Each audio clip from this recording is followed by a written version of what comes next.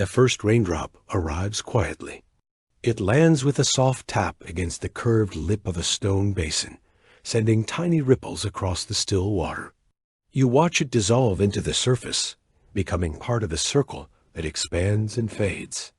The air around you is warm but trembling with change, the way the world holds its breath before the sky decides to open.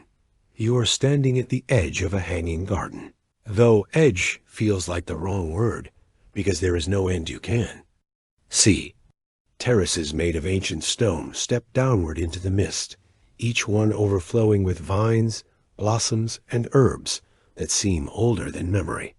The garden does not sit upon the ground, but hovers above it, suspended by walls of stone so weathered they seem to have grown from the earth itself.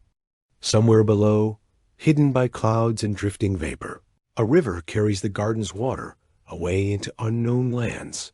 The scent of wet earth rises to meet you, deep and rich, like a book that has been kept closed for centuries.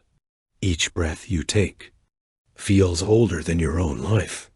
Your fingertips brush against the leaves of a flowering vine, and the petals feel soft as silk left in the sun. Rain begins to gather on their edges, forming tiny, perfect spheres that catch the fading light. The second drop falls, then the third, then 100 more. Soon, the surface of the garden shivers under the touch of countless raindrops. It is not yet a storm. It is a prelude, a curtain of sound so fine you can hear each note. The rhythm is irregular, the music of clouds emptying themselves without haste. You tilt your face upward, and the first drop lands on your skin. It is cooler than the air, carrying with it the story of its journey, a story written in the invisible language of the water cycle. Dot above you, in the drifting gray, the clouds are a vast congregation of tiny droplets. They began as vapor lifted from distant oceans, from rivers and lakes, from the breath of forests. They rose into the sky, carried by currents you cannot see, until the air grew too cool to hold them. Then they gathered, molecule by molecule, drop by drop, into clusters heavy enough to fall. The science of it is simple. The feeling of it is infinite. The rain does not fall in straight lines here. It spirals in the wind, catching the perfume of flowers and the scent of stone before. It meets the ground. Some drops slide down leaves and disappear into the roots, feeding the quiet hunger of the soil. Others splash into shallow pools, joining the water that will overflow into the garden's irrigation channels, narrow streams, carved into the stone centuries ago by hands long gone. These channels curve and bend in patterns that feel almost like script, as if the garden itself is writing something only the rain can read. You walk slowly along the terrace. The stones beneath your feet are slick, polished by centuries of footsteps and seasons. Rain darkens their surface, revealing colors hidden in dry days. Veins of gold, flecks of deep green, fragments of shells that hint at a time when this stone was part of the sea. In the smallest puddles, you see the mirrored shapes of blossoms. Swaying above, petals trembling under the raindrops. Each plant here seems to carry its own kind of memory. The lavender releases a sharper scent when wet, almost as if waking from a long sleep. Ferns unfurl their fronds slightly wider, drinking in the moisture. The heavy, waxy leaves of magnolia trees hold pools of water in their centers, where insects come to sip. Even the moss glows a deeper green under the rain, its tiny stems catching the droplets like emerald threads. The sound changes as you walk deeper into the garden. What began as delicate tapping becomes a full, layered chorus, the rush of rain. On wide leaves, the soft drumming on hollow bamboo stalks, the splash of water into hidden channels. The air feels heavier now, the moisture wrapping around you like a shawl. Each breath tastes of minerals, petals, and the faint sweetness of rainwater. You pause at the edge of a wide stone balcony. Beyond it, the garden seems to vanish into the white of the mist.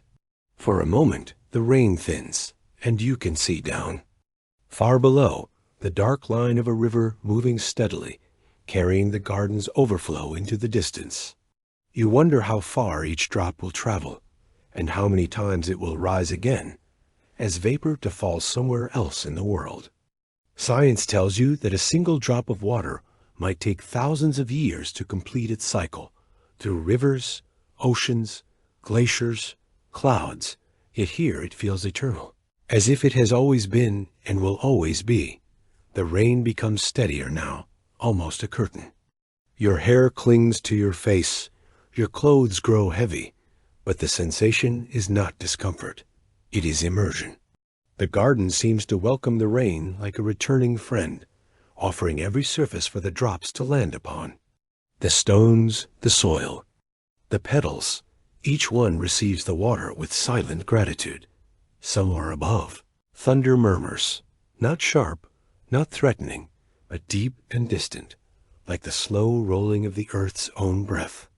The wind shifts and the temperature dips slightly. You notice the vines swaying, their flowers closing just a little to protect their centers. It is as if the garden knows what is coming and has begun its preparations. You sit on a low stone wall, feeling the vibration of the rain travel through it. Your hands rest on the damp surface, and you think about the molecules beneath your fingers, the way they have been shaped by heat and pressure, the way they have been rained upon countless times before. Perhaps the first drop that ever fell on this garden has already returned here many times, in different forms, wearing away the edges of stone and polishing it smooth. The sound of the rain begins to soften again, thinning like a conversation winding towards silence. You notice the rhythm of your own breathing matching its pace. In that moment, you are no longer just standing in the garden. You are part of it. You are a moving element in its design, another surface for the rain to touch. Somewhere, the water will collect again. It will find its way through cracks in the stone, into channels, into streams. It will join the river below, disappearing from sight, but not from the story. And when the sun returns, it will rise again, invisible yet present, waiting for another. Evening, when the clouds will gather, the final drops cling to the leaves like crystal beads, holding on to the last light of the fading day. You stand, listening, and in the quiet after the rain, you can hear something else, a faint, steady trickle. It comes from deeper within the garden, where the water feeds into something unseen. You step toward the sound, wondering what it might be. A hidden spring? A fountain carved by ancient hands? Or perhaps the beginning of a river you have yet to follow. And as you move forward, the mist shifts, revealing the faint outline of a path that will take you there. You inhale the warm, damp air, and the garden answers. Moisture gathers on your lips like a quiet blessing cedar resin, bruised myrtle, the faint sugar of roses after rain. You stand still and listen. Air speaks in layers, leaves exhaling. The cities murmur below, water moving through hidden channels. You breathe again, slower. Inside your chest, the ancient city begins to echo. Babylon spreads beneath the hanging terraces like a mosaic of sun-baked clay. At dusk, the stones release the day's stored heat, warming the air that lifts toward you in lazy plumes. This is thermal mass you can feel. Walls absorb sunlight by day and give it back by night, smoothing harshness into rhythm. The air rises, cools by expansion, and curls home as a downslope breeze. Somewhere beyond the mist, the Euphrates threads a dark ribbon along the city's edge. You taste a mineral edge. Dust hangs in the lower layers, muted by the rain, a reminder of the shamal. Winds that sweep from the northwest in summer. Those winds carry fine powders, quartz, clay ground by millennia of moving air. Tonight the dust is pinned by droplets. Petrichor drifts through the garden, oils from leaves and geosmin from soil braid, into a scent that feels like memory, because its chemistry returns each time. First rain touches earth. You breathe through your nose, and notice your own architecture of sensing. Turbinates swirl the air into spirals, pressing molecules against a thin, wet sheet of neurons. Each molecule is a key, each receptor a lock. The doors they open lead not simply to smell, but to remembrance. Your hippocampus binds these signals to feeling, and feeling becomes instruction slowed down, be held, recall. The garden's plants take part, releasing volatile messages that settle your pulse and soften your thoughts. Small eddies bump your cheeks. The terraces shape the wind into pockets of gentleness. Beaded ropes of ivy sway, carving little vortices that die in your hair. You step to a cedar rooted in a deep stone bed. Needles glitter. Bark gives off resinous sweetness, warmed by the day. Cedars speak in terpenes wandering molecules that guard against insects, and in you ease the heart. A breeze slides along the trunk and carries that language into your breath. Below the terraces, the city exhales. Kitchens release wood smoke and steam. Courtyards let go the day's heat. Air moves because of differences.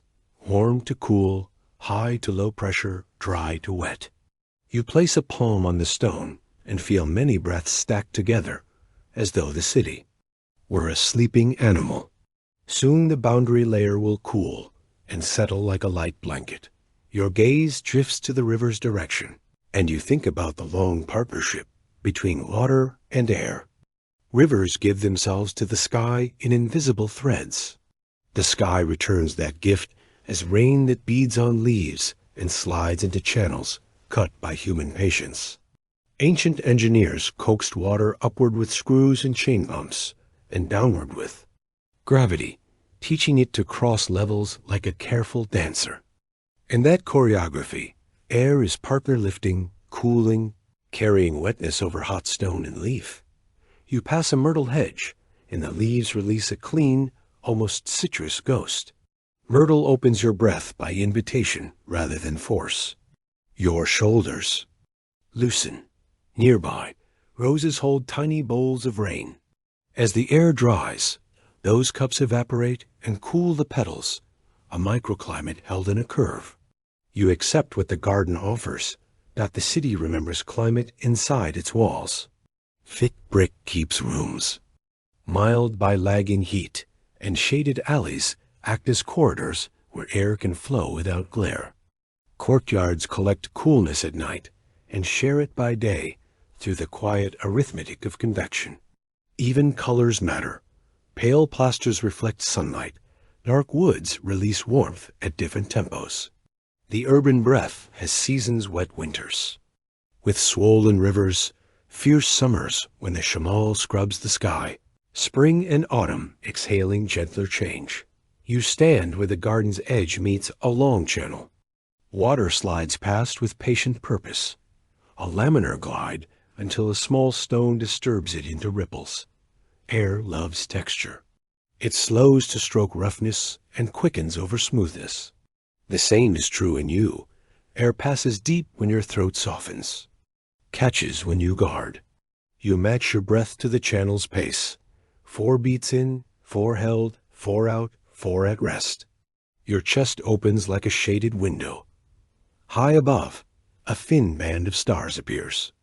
Light carries no scent, yet it stirs air. With sunrise, small convection wheels will rise and sink over the city. After rain, more ions from splashing water help droplets gather and fall, tiding the sky. You think of how scholars read the past. In air's archives, pollen in mud, soot in plaster, salts crystallized in bricks, even breath sealed in old jars. Air remembers in particles and ratios.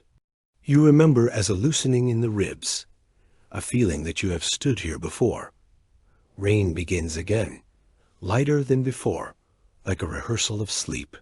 Tiny droplets hang without falling, sustained by faint updrafts from warm stone. Leaves tremble. Far below, a night bird calls and another answers. Sound rides differently now, the damp air cupping it.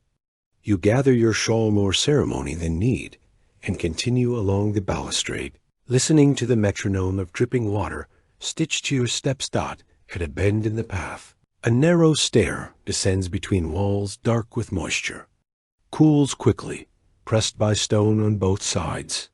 Your skin prickles as the temperature shifts. You run a finger along the wall and meet a film of water collecting where the warm breath of the city meets the chilled face of rock. Condensation, yes. Also contact, exchange, truce. A lamp flickers in a niche, its flame bending toward a current you cannot see. You pause and close your eyes. Imagine the city as a chest, the gardens as lungs, the rivers as veins. With each breath, cool air taken from the upper terraces meets warm air rising from the streets, and they mix in a kindness that makes life possible. The mix is everything. Too hot, blossoms scorch. Too dry, leaves clutch shut to save themselves. Too still, the city overheats. Too wild, seedlings tear. Balance is not a line but a sway. When you open your eyes, a faint mist beads your eyelashes. The stairs invite you downward, toward the heart where the garden's breath is thickest, where water and air trade gifts in stone chambers the color of honey. You take one step, then another, moving as a leaf moves when the gentlest wind asks. The scent of cedar fades into the cooler smell of shadowed stone. At the turn of the stair, you stop and listen to the breathing of Babylon, the city, the garden, the rivers, and you, held in one long inhale that has not yet become an exhale. Somewhere below, the water grows louder. You listen for it, patient as evening itself. Now, soon, you will follow that sound underground, where roots and stones share. Secrets in the dim, patient light, and the breath you carry will meet the water's slow, shining voice. You step deeper into the hanging garden, and the air shifts again. Moisture clings to your skin, not heavy but soft, as if the rain itself is curious about you. Above, the leaves still hold droplets from the earlier shower, little glass beads that quiver in the faint breeze. Each one reflects a sliver of starlight from the sky just beginning to darken. You tilt your head upward, and for a moment it feels as if the trees are not rooted in stone at all, but in the constellations themselves. It's a strange paradox. These giants of green, their crowns brushing the clouds, live here far above the earth, yet depend entirely on what lies below. Roots, you realize, are their secret lifeline. They reach into the stone terraces with the same determination they would in the deep soil of a forest. It is here, in the cracks between bricks and in the hidden pockets of soil hauled up by ancient hands, that the trees find their anchor. You kneel beside one such place, where the edge of a terrace wall meets the trunk of a date palm. The roots emerge like a frozen stream of wood, winding downward into shadow.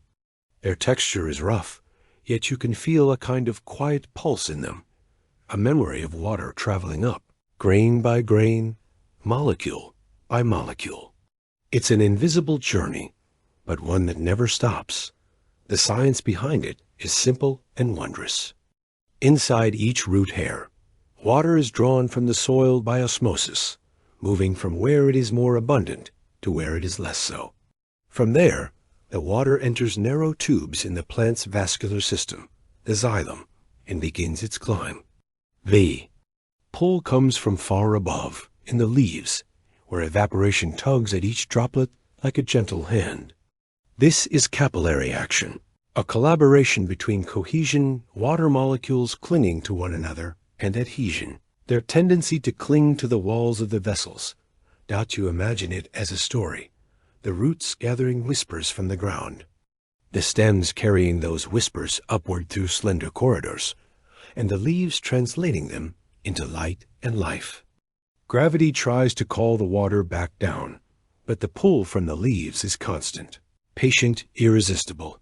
Above you, a branch sways under the weight of a fig. The fruit glistens where the rain has touched it, and you think of how sugars once formed in the leaves through photosynthesis travel in the opposite direction, downward through the phloem, feeding roots, stems, and fruits alike. This two-way traffic inside the plant is a quiet conversation between earth and sky. Mediated by the root's steadfast grip, you place your palm against the trunk of a pomegranate tree. The bark is warm from the day's sun, but beneath it the sap moves in cool, dark rivers.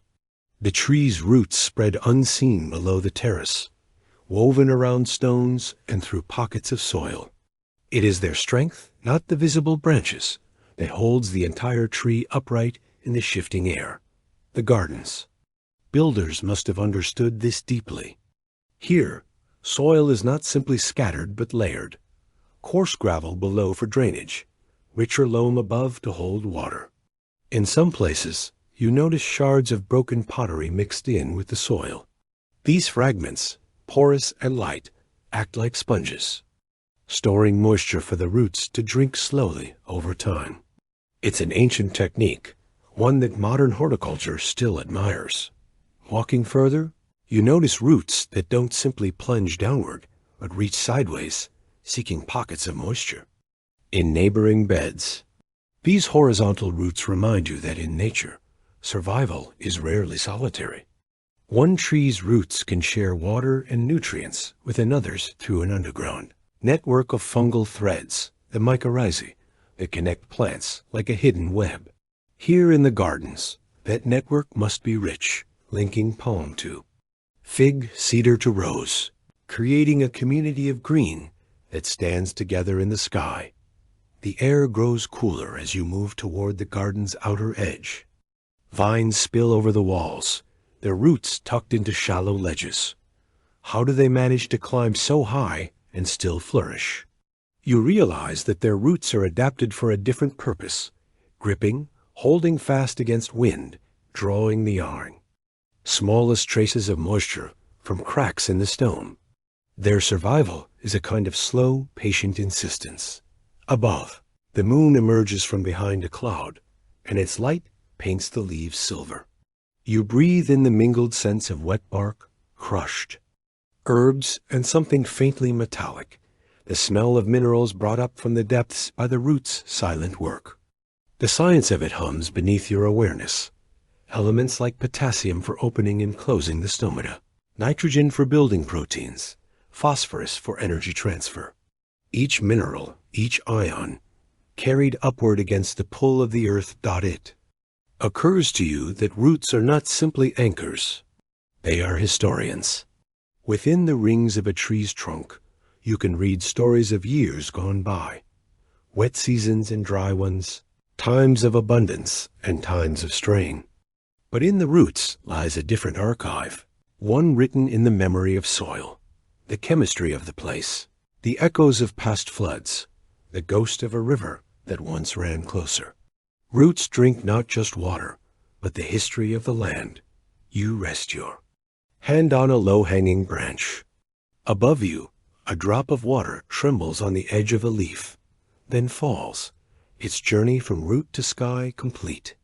In that single drop is the entire story, the soil's gift, the root's persistence, the stem's patience, the leaf's release.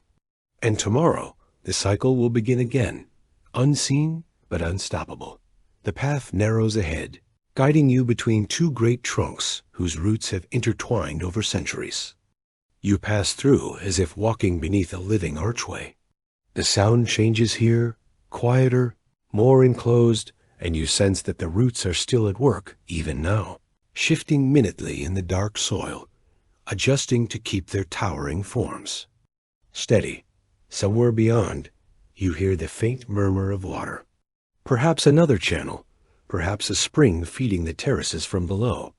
You wonder how far the roots reach toward it, and whether they sense its presence the way you do, not with ears, but with the subtle language of moisture gradients and chemical signals. You pause, breathing in deeply. The garden's night air feels different now, denser, more grounded. You carry the image of roots in your mind, threads holding sky and earth together, defying gravity's pull with quiet determination, and as you step forward, following the sound of water, You begin to wonder what waits in the place where those roots drink most deeply. You hear it before you see it, the low, continuous murmur of moving water. It is not the sound of a river in flood or a storm in frenzy, but the patient voice of rain after it has found its course. You follow it down a narrow corridor between terraces where stone walls glisten under the last traces of daylight. The air is cool here, touched by the breath of flowing water. At the corridor's end, you find a shallow stream slipping past in a smooth ribbon. The water is clear enough to see the pale sand and small pebbles beneath, each one rounded by years of quiet abrasion. You crouch and dip your fingers in, feeling the gentle pull of the current. Somewhere above, the journey began with a raindrop, perhaps one that brushed your skin earlier, and now it moves with calm precision toward its next destination. You imagine the rain's path from the moment it left the sky. Each drop began as water vapor, invisible in the warm air, rising until it cooled and condensed around microscopic particles, dust, pollen, salt from distant seas. When the droplets joined together, heavy enough to overcome the air's resistance, they fell. Gravity was their invitation, the same force that pulls you gently toward the earth. But unlike a stone, a raindrop's fall is slowed by air friction, sculpted into its familiar rounded form by surface tension. The first surface the rain met here was not the ground but the canopy, leaves broad enough to hold it for a moment, veins directing it to the edges. Some droplets clung longer than others, caught in the fine hairs of a leaf or pooled in the curve of a petal. Eventually, they gathered weight and slipped downward, tracing the stem to the roots.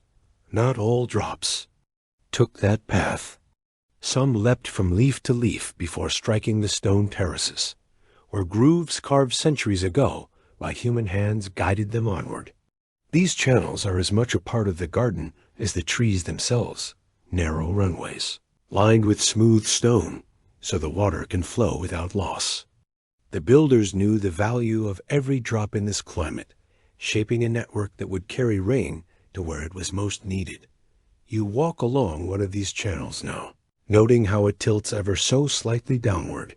This gradient no more than a whisper in the stone keeps the water moving without haste.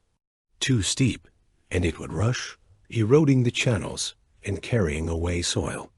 Too flat, and it would stagnate, losing its freshness. The design is a conversation between gravity and stillness. In places, the channels are bridged by small slabs of stone, their undersides darkened by the shadow of constant dampness. The air here is different, cooler, richer, infused with the mineral scent of limestone touched by water. You run your hand along the stone wall and feel tiny droplets clinging to the surface, born of condensation where warm air meets cool rock. The rain's path does not stay in the open for long. It disappears into narrow inlets where the stonework hides it from view. Behind these walls, the water moves through a maze of hidden conduits, some no wider than your wrist, carrying it to cisterns and storage pools. You recall how these ancient systems relied on hydraulic principles still in use today. The simple truth that water seeks its own level, and that pressure can be harnessed even without pumps. As you follow the sound, you reach a small courtyard, where the water emerges again, spilling into a pool no larger than a dining table. Its surface shivers under the touch of each drop, sending ripples outward until they meet the pool's edge. Floating on the water are petals, rose, jasmine, and a few from unknown flowers that have drifted down from the terraces above. Petals spin slowly, caught in the lazy current. You sit beside the pool, listening. The sound of rain-fed water is different from a river's rush. It carries no urgency, only continuity.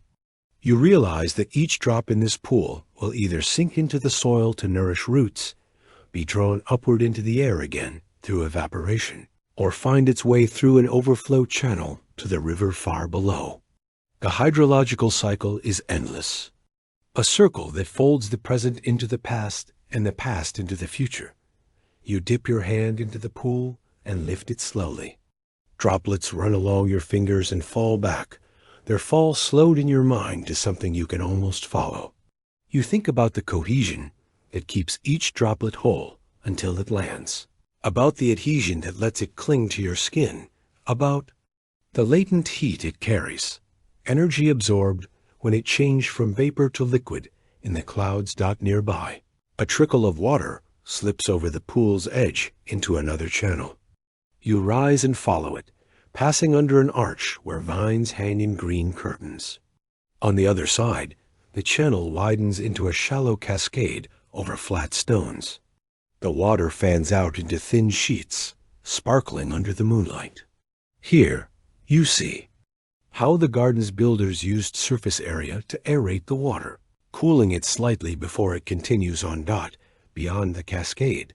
The water vanishes again into the stone. You can hear it moving below your feet now, a muffled, rhythmic sound like the breathing of the earth. It will meet other channels, other streams, and together they will feed the great river that waits beyond the city walls. You pause at the edge of the terrace and look out. The mist has lifted, revealing a ribbon of darkness where the river moves. Even from here, you can sense its breath, a constant flow that has shaped the land for millennia, carrying not only water, but silt, seeds, and stories. Tonight, somewhere along its banks, other gardens will drink from the same rain that has passed through your hands. The thought brings a quiet comfort. The rain you felt on your face earlier, the drops that slid from leaf to root to channel, will continue its journey long after you leave. It will be lifted again into the air, drift as cloud, and fall once more. Perhaps here, perhaps far away, perhaps in a time when the garden is only a memory. A breeze rises, carrying with it the scent of wet earth and distant cedar. The sound of the hidden water is still there, just beneath the wind's whisper. You close your eyes and let it guide your breathing, in with the pool's gentle lap, out with the river's imagined rush. Somewhere below, the rain's path becomes part of something larger, a current you cannot see, but can almost feel beneath the soles of your feet. You wonder what shapes the water will take next, a stream winding through reeds, a deep eddy where fish rest, or a silver thread under the moon. And as you turn to follow the sound toward the garden's lower terraces, you begin to sense that the water's next destination will carry you into a new kind of darkness, where the river meets the secrets beneath the city. You rest your hand on the terrace wall. The stone is warm, not hot, not sharp, but carrying the kind of heat that lingers after a long day under the sun. It is the warmth of memory, stored deep within grains that were once sand at the edge of an ancient sea. You close your eyes and feel it more clearly, as if the stone itself is breathing, drawing in energy under daylight, exhaling it now into the cool evening air. This is no illusion. Stone has a remarkable capacity to store heat, a property known as thermal mass. Its structure, dense and layered, holds energy the way the earth holds water, releasing it slowly as temperatures fall. In the desert climate of Babylon, this was not just a feature, it was a necessity. Builders chose materials not only for strength, but for their ability to moderate the extremes of day and night. You run your fingers over the surface and feel the roughness of sandstone, grains locked together. Each grain is a tiny shard of quartz or feldspar, weathered from mountains and carried by rivers until they settled in a bed where time pressed them into stone. This process, called lithification, takes thousands, even millions of years. The minerals bind, the spaces between grains fill with silica or calcite, and the sand becomes a single solid mass. The stone beneath your palm might have been part of a cliff once, or a riverbank long before any wall was built. The thought humbles you that something so solid now was once loose grains, shifting in the wind, tumbling in the current. Its permanence is a slow achievement. You step back and take in the wall as a whole. The blocks are fitted with precision, their edges aligned as if the builders wanted the stones to speak in unison. Between them, the mortar, a mixture of lime, ash, and sometimes even crushed pottery, has fused with the stone, creating a bond that has lasted centuries. The surface is marked by the passing of time. Faint grooves from rain, tiny pits from wind-blown sand, the slight polish where countless hands have touched it. When the sun strikes stone, its energy travels inward by conduction, heat moving from molecule to molecule, deeper into the mass. By sunset, the outer surface cools first, but the core still holds warmth, radiating it back into the air. Stand close enough, as you do now, and you can feel that gentle exhalation against your skin. It's a silent dialogue between the stone. And the night dot in Babylon's gardens, the builders placed stone with an understanding that went beyond structure. High walls shaded certain paths during the day, creating corridors of coolness where plants could survive the fiercest heat. At night, those same walls released stored warmth, protecting tender leaves from the chill of desert winds. It was an architecture of breath. Inhale the sun, exhale to the garden. You walk along the wall, tracing your fingers over variations in texture. Some blocks are smoother, perhaps cut from finer-grained stone. Others are rougher, flecked with tiny fossils, the imprints of shells and ancient marine life. These fossils are the stone's own memory, written in shapes that no chisel made. They speak of oceans that covered this land long before cities rose. You pause at a section where the wall curves inward, forming a shallow alcove. Inside, the seaside. Air is warmer, pooled here by the surrounding mass. You step in and feel how sound changes, quieter, more intimate. The stone catches and softens the rustle of leaves and the distant murmur of water. In this sheltered space, it is easy to imagine someone long ago standing here at night, leaning against the same wall, feeling the same quiet warmth. The science is patient but clear. Stone breathes in rhythm with the world. During the day, sunlight pours energy into the outer layers, exciting the bonds between atoms and storing heat in the lattice of minerals. As temperatures fall, those bonds relax, releasing infrared radiation into the cooler air. You cannot see this energy, but you can feel it. Just as you feel the heat of a hearth in a dimly lit room, you think about the people who shaped these blocks. The quarrying alone was an act of great labor, cutting the stone from bedrock, shaping it with bronze or iron tools, transporting it without the aid of machines. Each block bears the subtle signature of the person who carved it, in the angle of a chisel mark or the precision of a joint. These builders worked not just with stone, but with time itself, arranging materials in ways that would outlast their own lives. A soft breeze stirs, and you catch the scent of wet earth from the garden. The wall surface is darker now, damp. In places where rainwater trickled earlier, stone absorbs water just as it absorbs heat, though more slowly. Moisture seeps into microscopic pores, where it can linger for days, feeding mosses and lichens that cling to the shaded sides. These small green colonies are the stone's quiet guests, turning mineral into life one breath at a time. You notice how certain stones are set slightly forward, catching the moonlight at different angles. Perhaps this was for beauty, or perhaps for purpose, to create tiny ledges where water could gather for birds and insects. The wall is not merely a boundary. It is habitat, memory, and instrument. As you lean against the warm surface, you realize that stone is never truly still. It expands slightly in heat, contracts in cold. It shifts imperceptibly under the weight it bears, adjusting itself like a sleeper, turning in the night. Given centuries, it will weather into sand again, returning to the form it began with. But, for now, it stands, holding its breath between transformations. You trace one last groove in the stone, wondering how many hands have followed the same path. There is a comfort in its permanence, in knowing that while leaves fall and rivers shift, the wall remains, not unchanged, but enduring.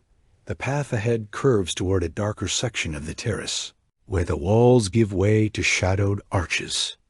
You can feel a cooler breath there, drawn from spaces where stone meets the underworld of the garden.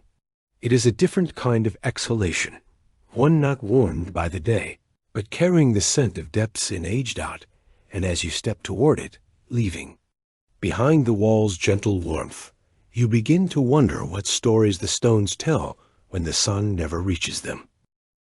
The rain has softened to a fine mist, and the air feels warm against your skin. You pause beneath an archway of vines heavy with droplets, and in that stillness you hear it, the low, constant hum of life at work. It is not loud, it does not demand your attention, but once you notice it, the sound threads through every part of the garden, binding root to petal, petal to air dot. You step forward into the lavender grove. Purple spikes sway gently under the weight of rain, each one tipped with nectar-rich flowers. A honeybee hovers above, its wings moving so fast they blur into invisibility. The hum you hear is not just sound, it is motion, vibration, a sign of energy being transferred from body to air. The bee lands, brushes the petals with delicate legs, and dives into the bloom. Grains of pollen cling to the fine hairs along. Its body, golden dust meant for another flower waiting nearby. Pollination is a science as old as flowering plants themselves. The bee is both messenger and architect, carrying genetic material from one blossom to another, ensuring that seeds will form, fruits will swell, and the next season's life will begin. You watch the bee lift away, arc through the mist, and on, vanish into the shadows where hanging vines bloom unseen. Out here, pollinators are not only bees. A hummingbird darts past in a sudden streak of emerald and scarlet, its wings cutting the air with a faint metallic buzz. The bird's long beak dips into a cluster of trumpet-shaped blossoms, drinking deeply before vanishing again into the dense green. Its work is as purposeful as the bees, though it trades pollen for nectar, finding fuel in the flowers while helping them complete their quiet designs. You kneel to study the ground beneath the lavender. The soil is dark and rich, holding the scent of rain and minerals. Small movements catch your eye, a worm withdrawing into the earth, a beetle shifting a fallen petal. Beneath the surface, unseen by most eyes, these creatures are architects too. Earthworms tunnel through the soil, creating spaces where air and water can flow more easily. As they eat and excrete, they break down organic matter into nutrients. The roots can absorb dot. This is decomposition, not as decay, but as transformation. The beetle that carries away the petal will break it down, feeding microbes that will return its elements to the soil. Fungi weave their threads through rotting wood and fallen leaves, connecting roots in a shared network. Through this mycorrhizal web, a tree can send sugars to a shaded neighbor, or a vine can signal that pests are near. This is not mere survival, it is cooperation on a scale too, vast and intricate to see at once. Mosses cling to the shaded stones along the wall. Their green is deep and luminous, a color made richer by the damp. Each moss plant drinks directly from the surface water around it, bypassing roots altogether. In the quiet of the garden's lower terraces, moss acts as a sponge, holding rain for hours or even days, releasing it slowly to the air. This slow release cools the air near the stone, creating microclimates that help delicate plants survive heat. A dragonfly skims past, iridescent wings flashing in the soft light. It pauses on the edge of a rain-filled leaf, taking a moment before, lifting off again to patrol the pool's surface. Its role in the garden is one of balance, feeding on smaller insects that might otherwise multiply unchecked. Even the smallest predator shapes the health of the whole. You move toward a shaded corner where the scent of rosemary sharpens the air. The plant hums softly with life, not from bees now, but from the steady buzz of solitary wasps searching. Among the stems, they hunt for caterpillars, which they will carry away to feed their young. Their presence is part of a delicate equation. Too many caterpillars, and the leaves would vanish. Too few, and other species would lose their food source. Nature keeps its own ledgers here, Dot. It strikes you that the garden is not simply maintained by the hands of people who built its walls and carved its channels. Its true caretakers are the countless small beings who move unseen between petals and roots, air and soil. They do not labor for recognition. They labor because it is their nature.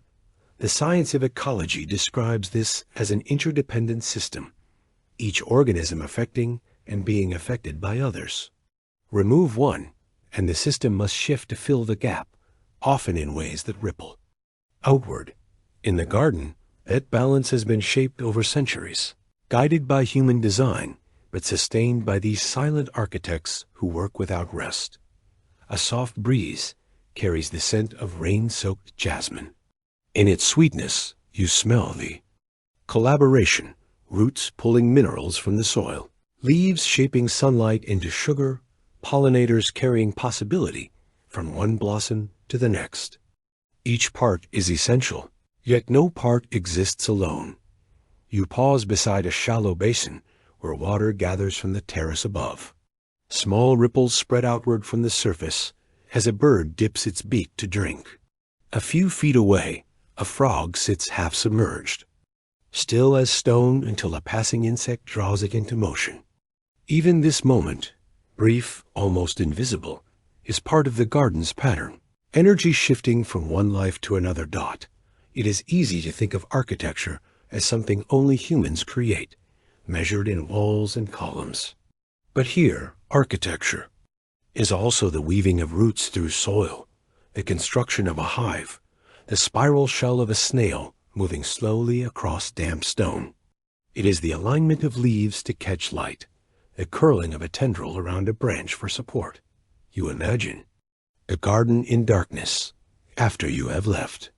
The bees will rest, the birds will sleep, but the soil will remain alive with movement. Forms will turn the earth. Fungi will stretch their invisible threads. Water will seep through moss and stone, carrying minerals downward. The garden will continue its work without pause, sustained by the countless small acts of its quiet builders. The rain has stopped entirely now, leaving the air heavy with scent and sound. You hear the bees again, their hum growing fainter as they move deeper into the terraces. Somewhere nearby, a low rustling suggests a lizard shifting through the rosemary. Every sound, every motion is part of this same long conversation, one that has been going on since the first seed sprouted in this place. You begin to walk again, following the narrow path that leads toward a section of the garden you have not yet seen. Ahead, the walls seem taller, and the shadows between them deeper. You can feel a cooler breath moving from that direction, as if the air itself is drawn from hidden spaces far below. And as you step toward it, you wonder what quiet architects might dwell in the places where even the sunlight rarely reaches. You step into a part of the garden where the air feels cooler, the quiet deeper. The rain has ended, leaving 1,000 leaves washed clean and shining. Above, the moon hangs low, its pale light spilling over the terraces like a slow tide. Every wet surface catches that light differently, some in sharp glints, others in soft glows. A single drop on a vine shivers under the breeze, and for a moment it looks like it holds the moon inside it. You walk slowly, your eyes adjusting to the subtle contrasts of night. Here, light is not the blunt brightness of day. It is filtered, softened, made tender by distance and the scattering of air. Moonlight is not its own creation. It is sunlight, reflected from the moon's surface, stripped of most of its warmth, but carrying its geometry intact. It has traveled through space, touched the moon, then fallen again toward the earth, bending slightly through the layers of atmosphere before finding the curve of a leaf in front of you. You pause beside a fig tree. The broad leaves are slick, with water, each droplet acting as a lens. This is the physics of refraction.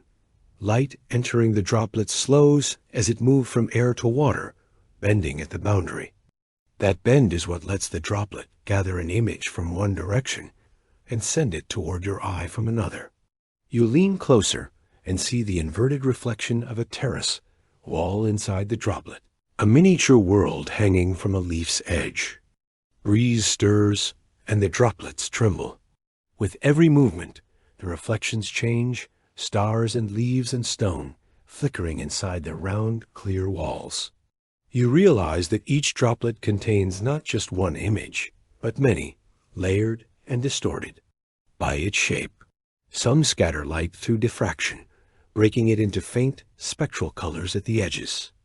If you shift your angle slightly, the silvers become pale greens, blues, and even ghostly purples, a rainbow whispered in moonlight. You follow a narrow path bordered by rosemary, the leaves gleaming like thin silver needles.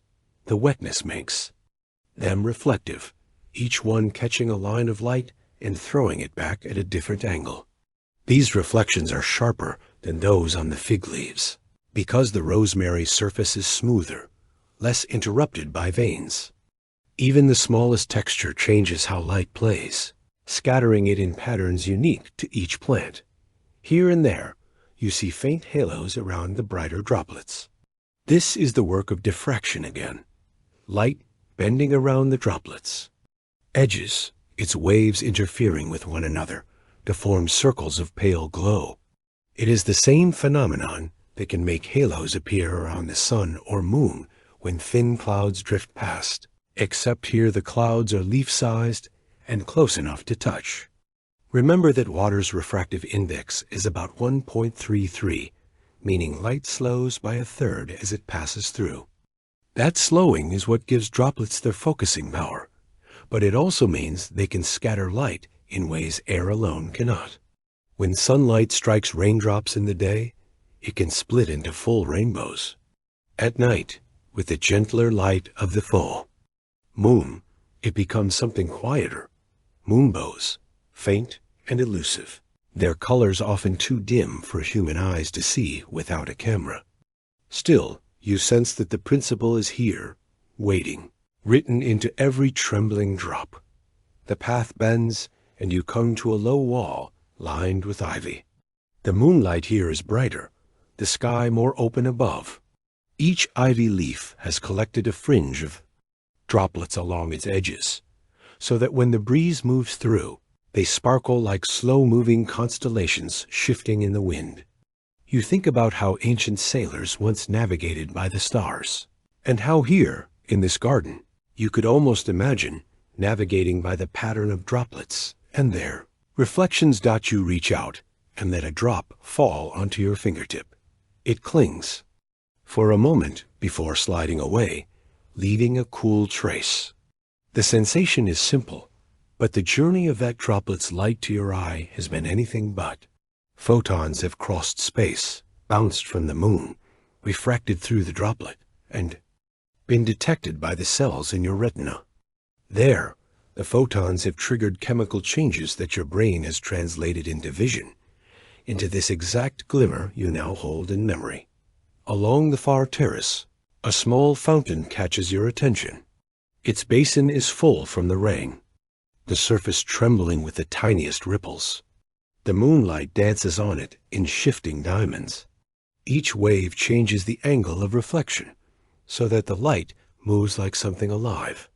You know the science, specular reflection, the precise geometry of angles in and out, but in this moment it feels more like breathing. The fountain exhales light just as it exhales sound. You step closer, leaning over the basin. A drop falls from a vine overhead, hitting the surface and sending rings outward. Those rings catch the moonlight in sharp, moving arcs that fade as they expand. The physics of wave interference plays out in miniature ripples meeting and combining into higher crests or canceling into smoothness. The patterns last only seconds before the water forgets them. But you have seen them, and that changes something in you. A moth drifts past, its pale wings flashing briefly as they cross. A beam of light. Even this is optics, the scales on its wings scattering light in many directions, some wavelengths absorbed, others reflected. The effect is soft, almost powdery, a contrast to the wet leaves' sharp gleam. The garden is a gallery of surfaces, each one shaping the same moonlight differently. As you walk on, you notice how the light is not uniform. Between the leaves, it breaks into patches and speckles, a natural dapple made by overlapping shapes. The shadows are soft-edged here, because the moon is not a point of light, but a disk, its size in the sky giving shadows. Their blur. In the interplay of leaf and gap, light and shadow blend until you can no longer tell where one ends and the other begins.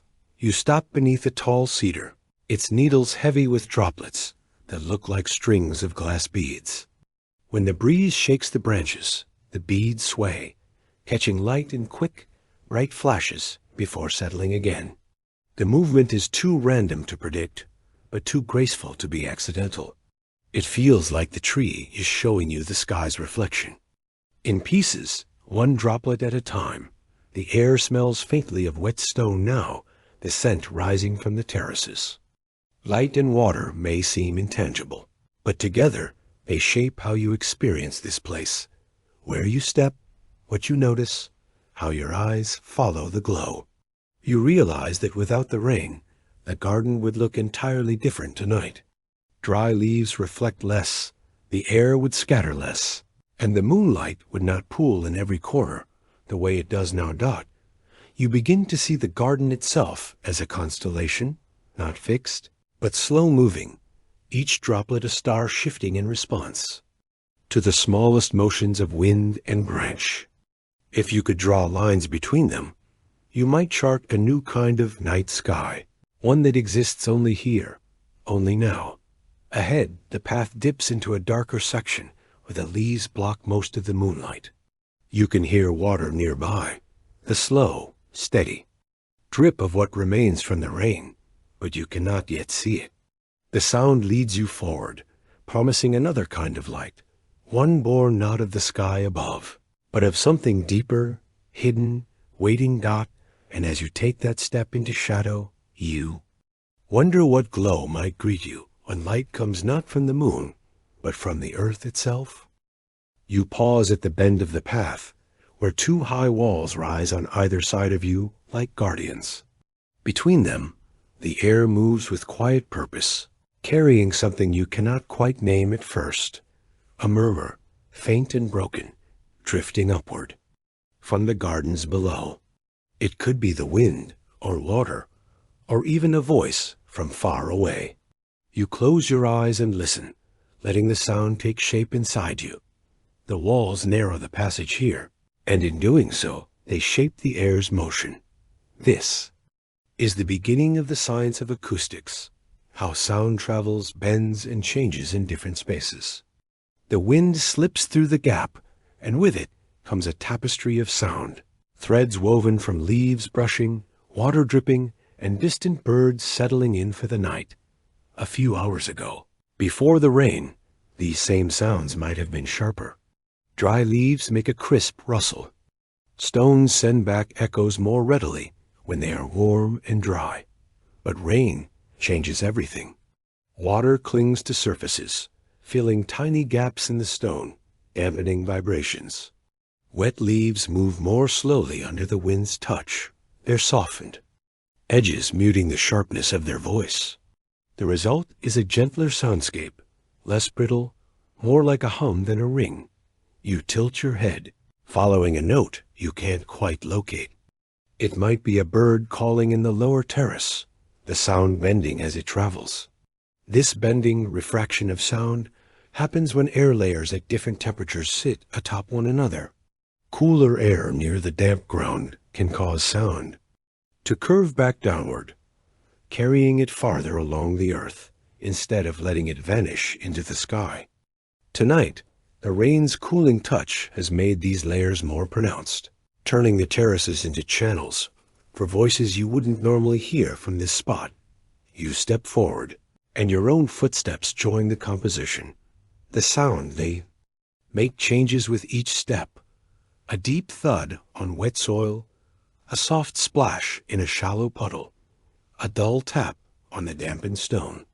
Each surface receives your movement differently, reflecting part of the sound back to you and letting the rest sink into the air. In an open field, that sound might disappear almost instantly. Here, between walls, it lingers just long enough to feel like a reply. Stone is a natural amplifier. The sandstone of these terraces, though softened by centuries, still reflects certain frequencies better than others.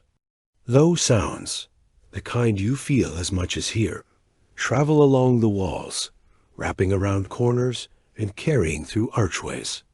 High sounds are more fragile. They scatter and fade more quickly, especially when the air is heavy with moisture.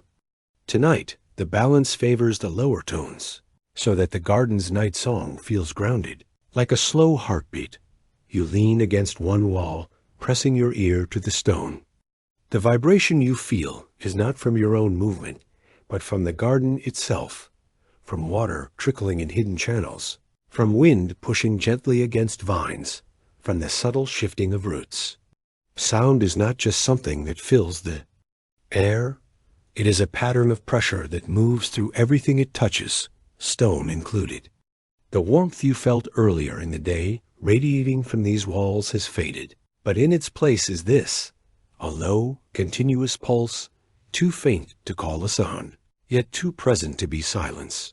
A stronger breeze rises, and you hear it thread through. The terrace is like a flute's breath. The layout of the garden turns this breeze into music. Narrow passages force the air to speed up. Deep courtyards let it slow and swirl, and each space has its own pitch. You remember how ancient architects sometimes designed amphitheaters so that even a whisper could be heard at the farthest seat. The same principles are at work here, though the designer was both human and nature, stone and plant shaping the air together. Somewhere below, water strikes stone with a rhythmic drip. The sound repeats, steady as a metronome. As you listen, you realize it's not perfectly regular. There are tiny pauses, variations in force, changes in tone as the stream above swells or thins. Your mind begins to follow it as if it were language, though you know it is not words. The garden at night is full of such illusions. In the half-light and softened sound, your brain stitches patterns from fragments. The rustle of a palm becomes the shuffle of footsteps. The creak of a branch might be a door closing in the wind. This is part of how you are built, to find meaning in the uncertain, to lean toward recognition. Out here, that tendency turns listening into dreaming. You pass through an archway, and the sound shifts immediately. The walls here are lower, the space wider. Without the narrow corridor to guide it, the wind loses its focus, and the garden's voice spreads out. Now the details are easier to miss. The sound is fuller, but less distinct. You feel it in your chest more than you hear it in your ears, the way you might feel the ocean's presence before you actually see it. The moonlight catches on wet leaves above, and you remember how earlier those same droplets bent and scattered light into small constellations. Sound, too, scatters, not on surfaces, but in the unevenness of the air, in the shifting of branches, in the porous texture of stone. Each scattering changes the story just a little before it reaches you. No two listeners in this garden here. The same song. A night bird calls again, closer this time, and the sound bounces between the terraces, layered with echoes. The first call is clear. The next is softer, blurred by the path it took to reach you. Echoes are not just repetitions. They are versions of a moment, altered by the journey they've taken. In that way, they're like memories, each retelling. Shaped by the space it traveled through, you find a low stone bench and sit. Closing your eyes, you try to map the garden by sound alone. The dripping water to the right, the occasional brush of leaves to the left, the murmur of wind through an unseen opening ahead. You realize that, in this darkness, you could almost find your way without sight at all. The garden's architecture would guide you by ear. This is one of the quiet truths of sound. It defines space as much as walls and paths do. Where light can be blocked or reflected, sound slips around corners, through cracks, into places you cannot see. The terraces are not just layers of stone and soil. They are layers of resonance, each holding a slightly different voice of the same garden. A final gust of wind sweeps through, carrying with it a cooler breath from below. It smells faintly of stone kept in shadow, of water that has not seen the sky in days. The sound changes with it, deeper, slower, as though the lower terraces are sending their own message upward. You rise, following that breath toward the next path. The voices from below grow softer, but you know they are still there, waiting. And as you step into the shadowed descent, you wonder what it will sound like when the garden's whispers give way to the true silence of the depths. The rain has quieted to the lightest of drizzles, barely more than a mist. It hangs in the air like a veil, softening the edges of stone, leaf, and shadow. You stand still in the middle of the terrace, your breathing slowing without effort, and notice something almost strange. The world feels slower than it did moments ago. The movement of droplets sliding down a vine seems unhurried. The wind's passing feels more deliberate. Even your own heartbeat seems to settle into a longer rhythm. Time is not truly changing, but your mind is. In these rare moments of stillness, when nothing demands urgency, your brain's perception of time begins to shift. The sensory cortex, the part of you that registers sight, sound, and touch, has more space to notice the details usually lost in motion. Without the rush of competing tasks, each sensation takes on more weight. Seconds are no longer rushed. Past, they are held, examined, allowed to linger. You lift your gaze to the hanging leaves above. Droplets cling to their tips, trembling slightly before falling. You watch one in particular, its surface tension holding it in place far longer than you expect. In that pause, the droplet's surface reflects a miniature world. The arc of the terrace, the faint curve of the moon, the silver shimmer of other droplets nearby. Then it falls, and the sound of it striking a stone below feels like the punctuation. At the end of a slow sentence, scientists call this stretching of time temporal dilation. It often happens in moments of heightened awareness, in emergencies, during intense focus, or in deep calm.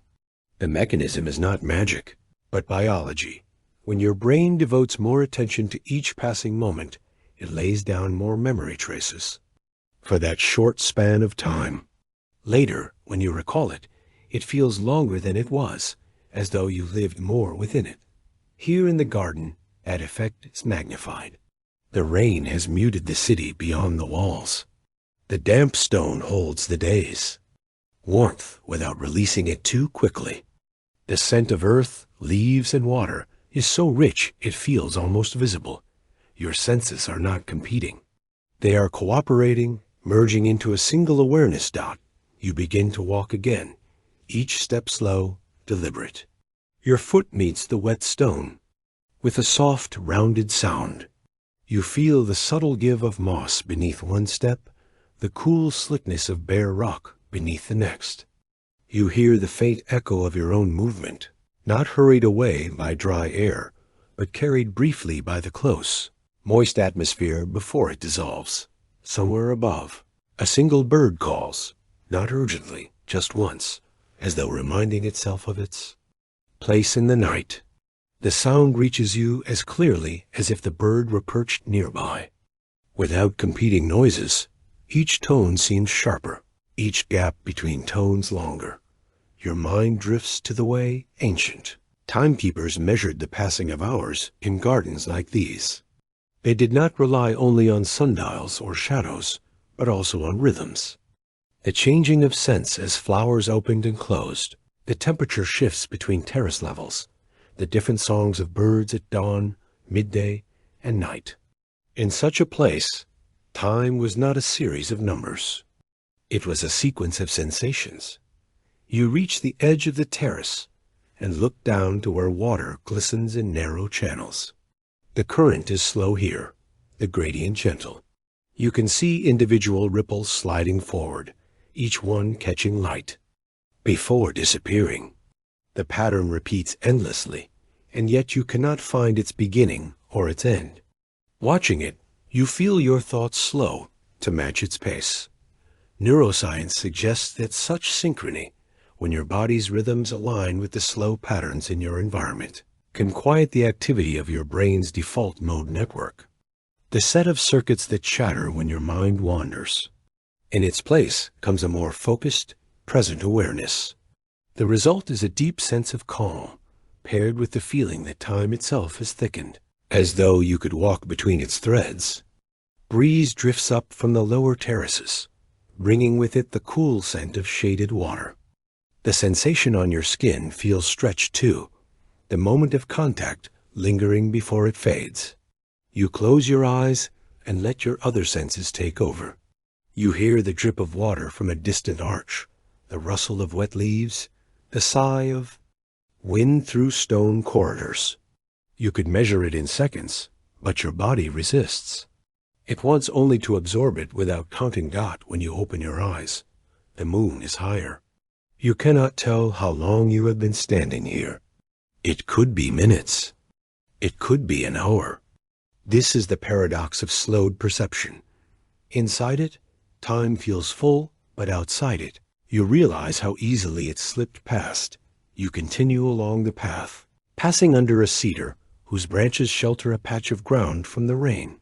The air here is warmer, the scents stronger, resin from the wood, earth from the dry soil beneath. You kneel and run your fingers through it, feeling its granules cling briefly to your skin. The texture holds your attention in a way that is almost hypnotic.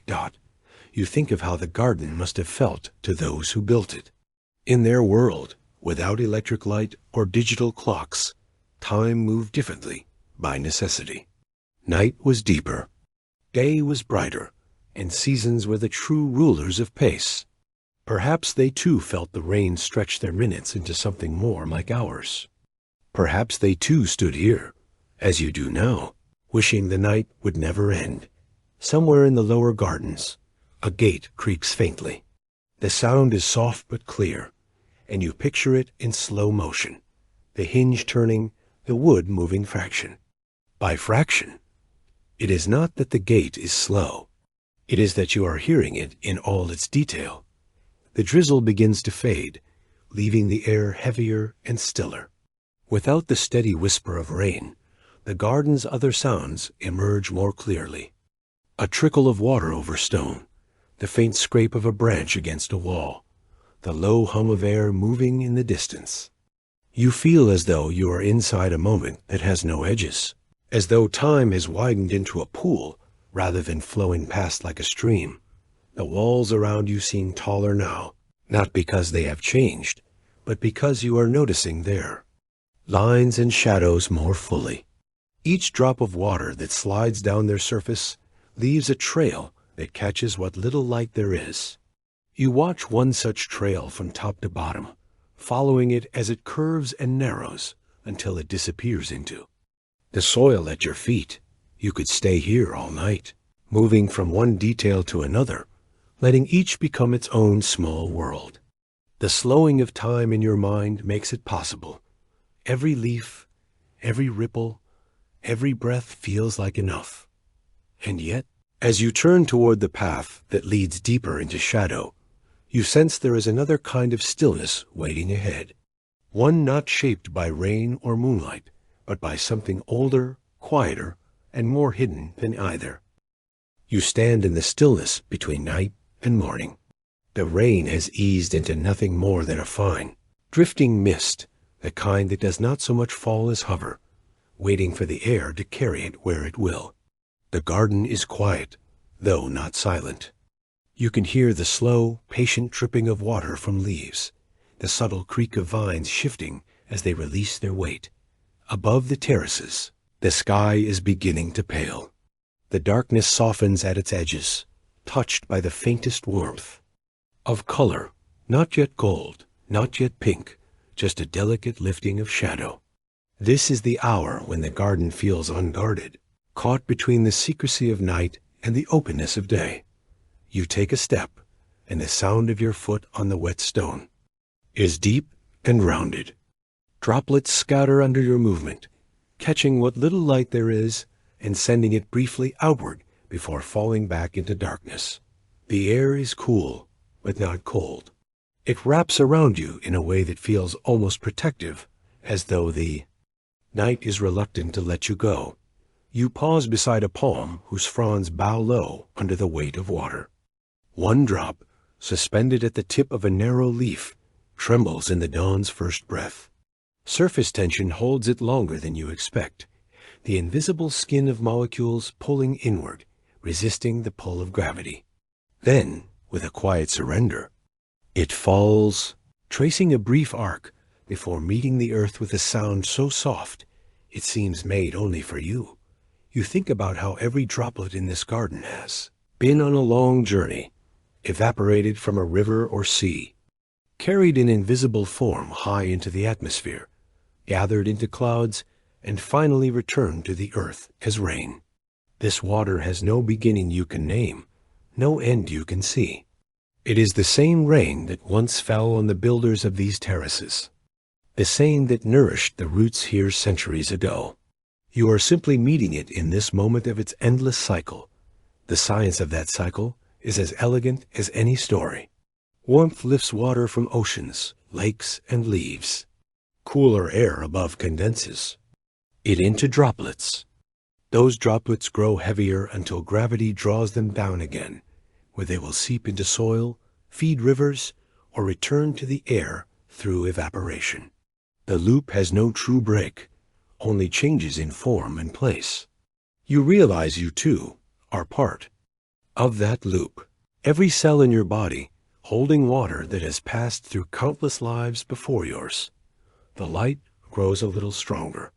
Shadows shift, revealing the wet gleam of the terrace walls.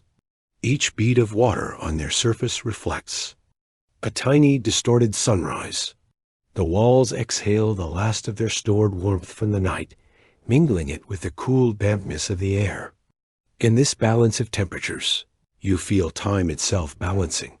Night neither fully gone nor day fully arrived. You walk toward a shallow channel where the rainwater has gathered. It flows lazily now, no longer urgent, carrying small fragments of leaves and petals toward the lower gardens. You crouch beside it, watching the way the current curves around stones, how the ripples form and break in repeating patterns. It reminds you of the hours you've spent here in the dark, the slow unwinding of the night into something you could almost hold in your hands. A bird calls from somewhere high in the cedars. Another answers, closer. The garden is beginning to wake, though most of its inhabitants still rest. You notice how the sounds arrive differently in the dawn air, clearer, more distinct than they were in the thick humidity of night. The air has cooled just enough for sound to travel in smoother lines, the absence of wind letting each note reach you without distortion. As you listen, you catch the faint patter of the last raindrops falling from the upper terraces to the lower. They land on leaves with soft taps, on water with tiny rings, on stone with a sound almost like the strike of a fingertip. The rhythm is irregular, but not chaotic. It feels like the closing lines of a piece of music, gentle, unhurried, complete. You let your hand trail along the top of the wall as you walk. The surface is slick, and tiny beads of water cling to your skin. When you lift your hand, they slide down your fingers, leaving cool traces. In that small act, you feel the whole night again, the rain beginning, the air thick with scent, the terraces alive with whispers and movement. It is all here, condensed into the weightless touch of water on skin. The sky now carries the first true color of sunrise, a pale wash of gold spreading from the horizon upward. The mist begins to thin, lifting slowly like a curtain. You can see more of the garden at once now. The dark, wet green of the palms, the soft gray of the stone paths, the silver sheen on every vine. The details sharpen, but the quiet remains. You think about the way nights like this linger in memory, not as a single image, but as a sequence of sensations. The cool breath of wind under an archway, the silver scatter of moonlight on wet leaves, the low hum of bees hidden in the lavender, the warmth of stone under your palm. Memory, like rain, has its own cycle. Details evaporate, drift beyond reach, and then return unexpectedly. Condensed in a single moment years later, you reach the highest edge of the terrace and look down across the layers of the garden. Here, you can see the paths and channels you walked, the arches you passed under, the walls you touched. They look different in this light, as though the night has given them back to the day. But you know the night is still here, folded into the stones and soil, waiting for the next dusk to unroll it again. A final drop falls from a vine beside you. You follow it with your eyes, the brief fall, the splash, the tiny ripple it leaves in a puddle on the stone. The circle widens, weakens, disappears, and yet the water remains, ready to move again, to join the river, the air, the sky. The first direct ray of sunlight touches the far wall, and the droplets there blaze into brief sparks before they vanish into air. The garden's colors shift, gold on green, white on stone, the deep blue of shadows retreating. The night's slowness begins to dissolve into the day's pace, but you hold still for just a moment longer, letting the transition happen around you rather than through you. Somewhere beyond the terraces, the city is waking. You can hear the faint murmur of distant life, but it feels far away, muffled by the memory of the hours you've spent here. You know the day will bring movement, sound, and brightness, but for now, you are in the last breath of the night, the point where the dream still holds you, even as it begins to fade. And as you turn toward the garden's exit, you wonder if, tonight, the rain will come again. And now, as our story gently fades, I want to thank you, from the bottom of my heart, for spending this moment with me. Your presence here means the world, and your support helps me create even more peaceful journeys. Just for you. If this helped you rest, please consider liking, subscribing, or simply coming back tomorrow night. Until then, stay cozy, stay kind, and may your dreams tonight be soft, serene, and full of wonder. Good night, my friend. With warmth, David.